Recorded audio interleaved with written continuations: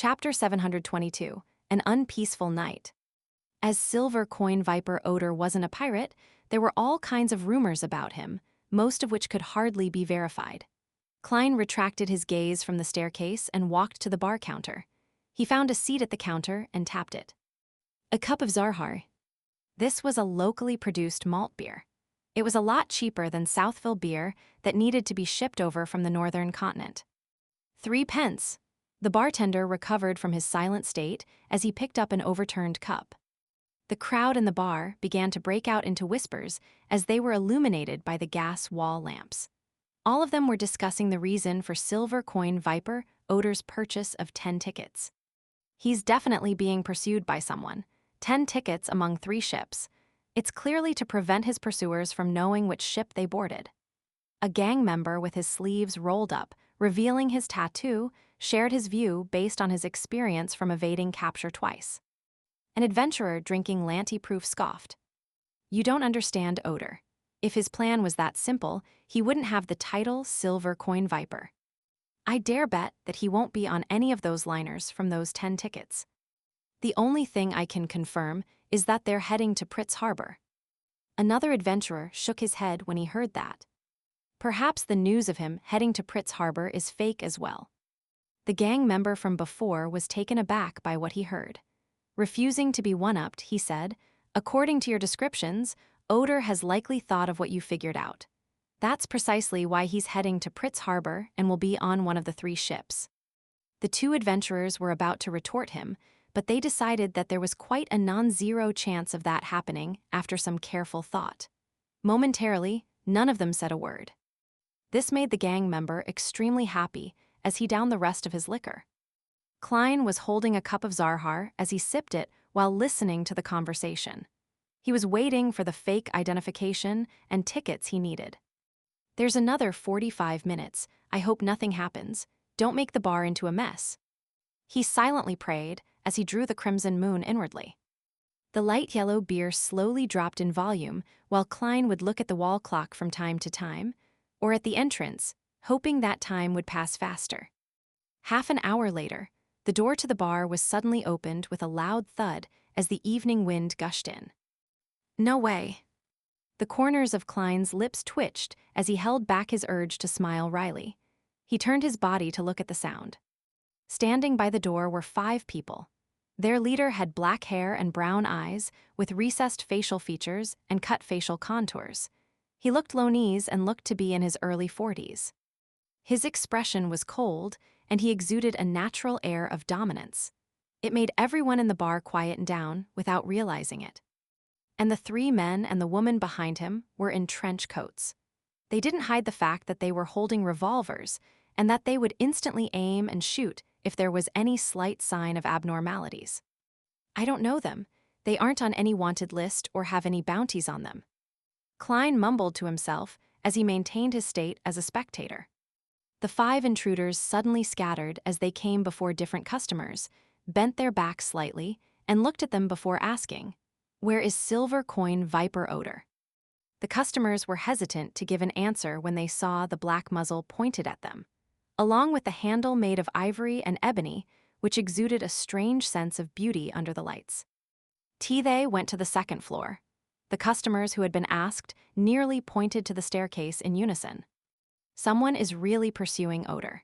This is an act against Queen Mystic, or has Silver Coin Viper done something himself? Or could it be because of the mysterious hooded man beside him who was eating sweets? Klein drank another mouthful of beer as he saw the intruders send 4 people up to the 2nd floor. One was left behind to continue questioning the customers. Soon, the latter grasped the situation of Odor's request to purchase tickets from Daniel. Immediately, the person walked straight to the thin and dark-skinned black marketer, and he asked in a heavy voice, "Tell me honestly, where is Odor heading with those tickets?" Daniel didn't put on a front just because of his social connections. He forced a smile and said, "He didn't make it clear. He requested for 10 tickets that are to be distributed across 3 different ships. The departure date is set for tomorrow, with the destination being Pritz Harbor." For real, the questioner was a seemingly radical man in his 20s. Daniel softly replied, "You can ask anyone here. all of them heard it. Dog shit, the man shoved Daniel angrily as he turned to walk towards the other customers. Daniel staggered backward and was about to fall and hit his head onto the side of a tiny circular table when he suddenly felt an additional force on his shoulder. Instantly, he regained his balance. He subconsciously looked over and saw that it was the customer who had just requested to purchase a fake identity and scalped tickets. "Thank you, those bunch of military hyenas." Daniel first thanked him before softly saying through clenched teeth. The person who had helped him was Klein. He didn't wish for anything to happen to this ticket scalper. After all, he had paid a deposit of £5. Of course, helping the innocent was also a habit of his. Military hyenas. In Bayam, this description often refers to people from MI9. What did Silver Coin Viper Odor do? Klein silently asked himself as he eliminated the possibility that someone was targeting Queen Mystic. To the lone military, it was meaningless. As he was thinking, the Mi-9 members who had headed up to the second floor rushed down. As they ran, they said to their partner, "He has long fled through the window." The group of people came and left in a rush. Soon, the bar resumed its usual din, but the still gently wobbling main door proved that it wasn't as calm earlier. Klein's wait for his fake identification documents and scalped ticket paid off. He didn't need to worry about any possible interruptions. After paying the remaining £15, he left the seaweed bar, and he returned to the ordinary inn he stayed at. John Yode, this name is way too simple, isn't it? Before I return to Backland, I need to make a more realistic identification document. Klein flipped through the series of identification documents before throwing them inside his suitcase. He took a bath and relaxed, prepared to leave Bayam tomorrow and begin the last stage of his sea travels. At this moment, he heard knocking at the door. "Who is it?" Klein hurriedly took off his bathrobe, wore his clothes and pants, and walked to the door. Outside were a few policemen in black. One of them looked Lonese, while the rest were either mixed bloods or pure natives. "What's the matter?" Klein asked, puzzled. "Please show us some identification," a mixed blood said politely, since the gentleman in front of him was apparently a Lonese. "Thankfully, I just made one. Otherwise, I'll be spending the night at the police station, or I'd have to flee on the spot, change my looks, and redo everything." Klein mumbled as he returned to his room and took out the identification documents. The lone police officer casually flipped through it as he said, "Mr. Yode, are you living alone?" "Yes, everyone in the inn can vouch for me," Klein replied frankly. The Lonese police officer revealed a smile and said, "Have you seen this person before?" As he spoke, a constable beside him unfolded a portrait. On it was an elder who was abnormally thin with white, messy hair. Apart from that, nothing stood out. "No," Klein shook his head. "He likes to eat sweets," the Lonese police officer added. Sweets? Klein suddenly recalled the mysterious hooded man behind Silver Coin Viper Odor. He had been eating plenty of coffee-colored sweets in a short period of time. After a short deliberation, Klein said without hiding anything, "Perhaps. Back when I was in the seaweed bar, I saw a man who loved eating sweets and was following Silver Coin Viper Odor." The Lonese officer didn't hide his disappointment. After a simple word of thanks, he ended the questioning. Only after he knocked on the other guest rooms did Klein close the wooden door and return to the reclining chair. Odor's matter has not only attracted MI9, but it has also gotten the Governor General's office to send manpower to do a citywide search. This is quite something.